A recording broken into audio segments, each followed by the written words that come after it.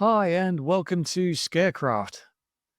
I recently set out to make another mask, this time wanting something that still nodded to the classic Scarecrow look but felt more rooted in old folklore. I hoped the final piece would carry a bit of that eerie storybook energy, sinister, yes, but also distinct from the other Scarecrow masks I've made before. I started with a plain base mask and began shaping the features with foam clay, building up the nose, eyebrows, cheeks, and chin.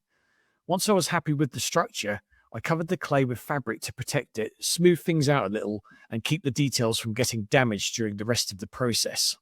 For the straw, I used raffia strips. They're brilliant for creating that dry, rustic texture. So then I moved on to the gluing. I started with a fabric glue, but it just wasn't having it. The strips wouldn't stay put, everything shifted around, and the progress was painfully slow. So eventually, I ended up switching to hot glue, which grabbed the raffia much faster and held it firmly in place. And once the mask was fully covered in raffia, I stepped back and started thinking about how to bring the whole thing to life.